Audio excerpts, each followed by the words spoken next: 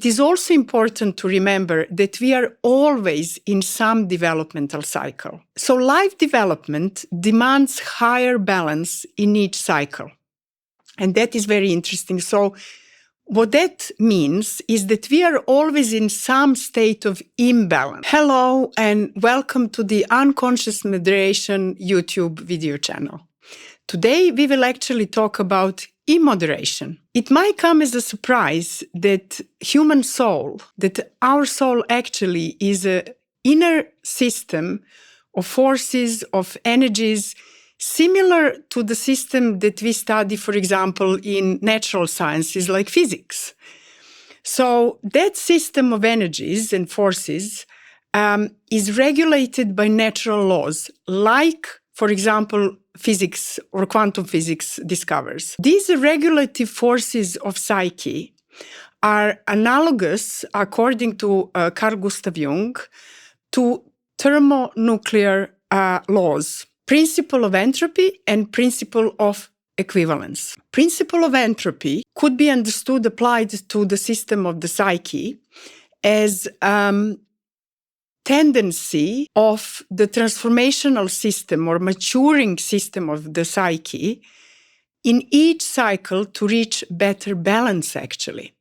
And this is fascinating because the ideal of a system in its life is to equally distribute internal energies and forces. And this is exactly what psychological developmental cycles demand from us.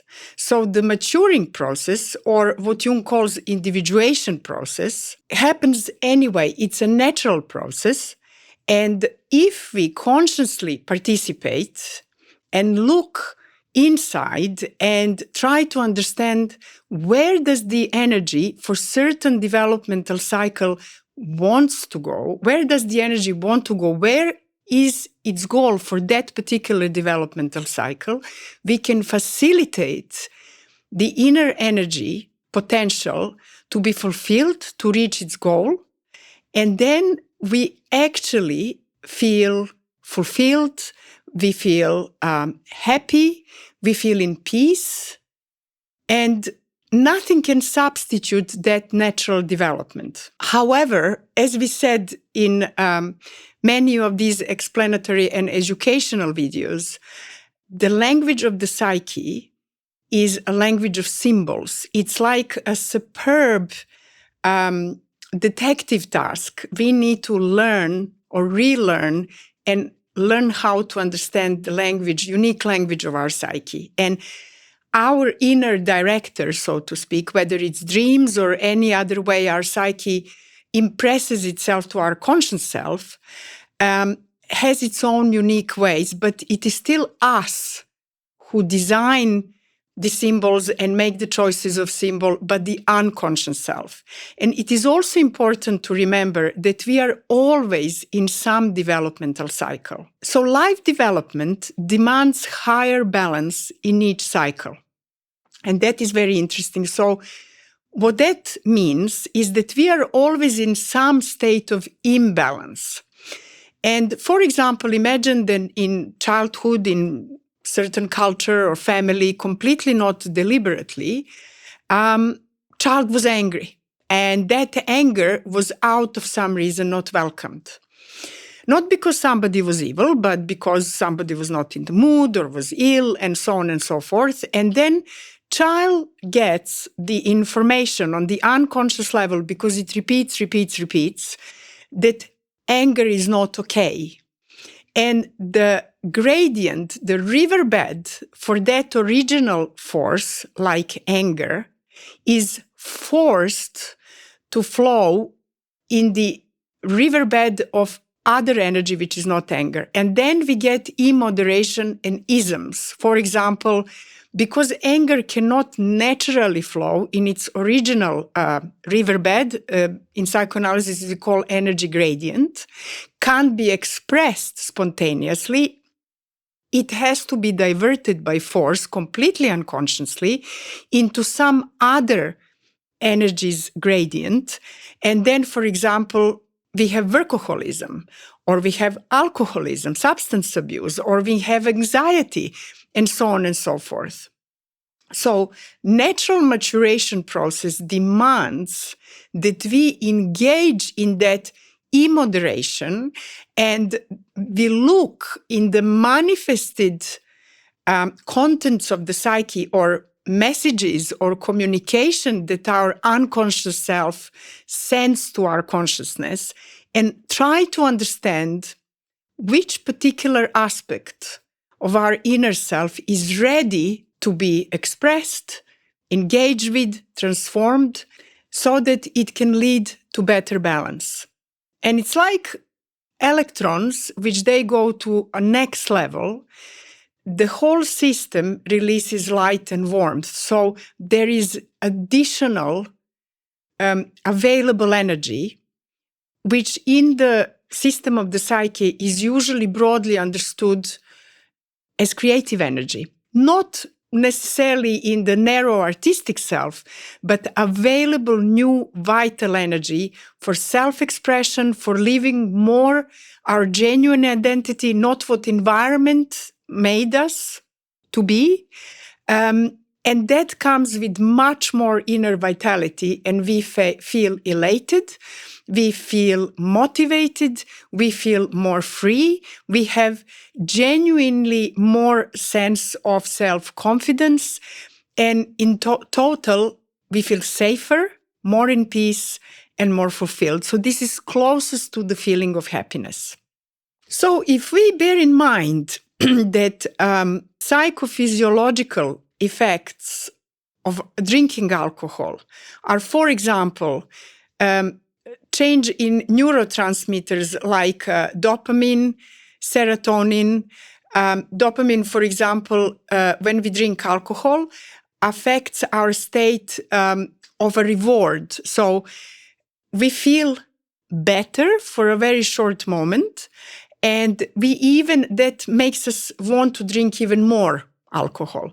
Serotonin regulates our moods, and usually the effect is, again, for a very short term, that we feel in a better mood, more motivated, more elated. And also the psychophysiological effect of drinking alcohol is that our central nervous system is affected and slows down. So, for example, if our immoderation in certain developmental cycle is manifested through feeling anxious all the time, feeling unsafe, feeling nervous, feeling irritable, that slowing down of our central nervous system will have a very temporary effect of feeling more relaxed or less anxious. And the point is that if we reach for a substance rather than the real thing, and diving into solving the core problem, the source of the problem, which actually is such a revealing and rewarding, long-lasting part of the maturing process, which actually makes us happy in the more profound way and the only natural and real way. And it is here to stay because we liberate part of ourselves that we didn't have communication with before. This is actually the solution of the problem. We do not always know, or actually evidenced in psychoanalytic work with clients, in most cases, we don't know why, what is the original reason for the imbalance, for immoderation. We don't know what kind of situation, events caused that some things were forbidden or pushed to another energy riverbed and so on and so forth, as we explained at the beginning of this video. And many psychoanalytic schools before Jung desperately attempted to go into the past, go into some regressive states, or force research into these actual events. Sometimes it happens that we find out what happened in our childhood, in our parents' lives, grandparents' lives, our ancestors. But even if we do find and discover one event or some stories, which is very, very useful, that doesn't mean that the symptoms, that the immoderation, acting out immoderation and feeling disbalanced would be resolved. In very, very neglectfully small percentage of cases that happens. What actually is the approach that brings most results is so-called constructive approach, which Jung brought to the psychoanalytic scene, and he simply wanted to know, where does the energy want to go? How does the energy want to be fulfilled? And when the symptoms manifest in each of us, it is unique. Some people start only with drinking red wine because that red wine, red liquid, and he spoke about alchemy, that also has some symbolic meaning and projection of the unconscious self who wants to drink. The unconscious self doesn't want to drink. It wants the space and time and ways to be expressed in its original way, but was not allowed to live in our conscious dimension. And that red wine symbol, which is projected on the substance, will be a clue to discover and engage with that. And each symptom will be packed of clues for our detective mind to start engaging. So it's very important to understand that without our conscious and deliberate communication, regular, everyday communication with our unconscious self, it will be very hard to naturally, authentically, and organically, uniquely to our own selves, deal with immoderation. And at the same time, it's the only way where we will be fully empowered to actually reach our inner resources, to moderate drinking alcohol in the way and within the available resources and available activated unconscious forces from the psyche to empower us to moderate to the extent we are capable in given developmental cycle.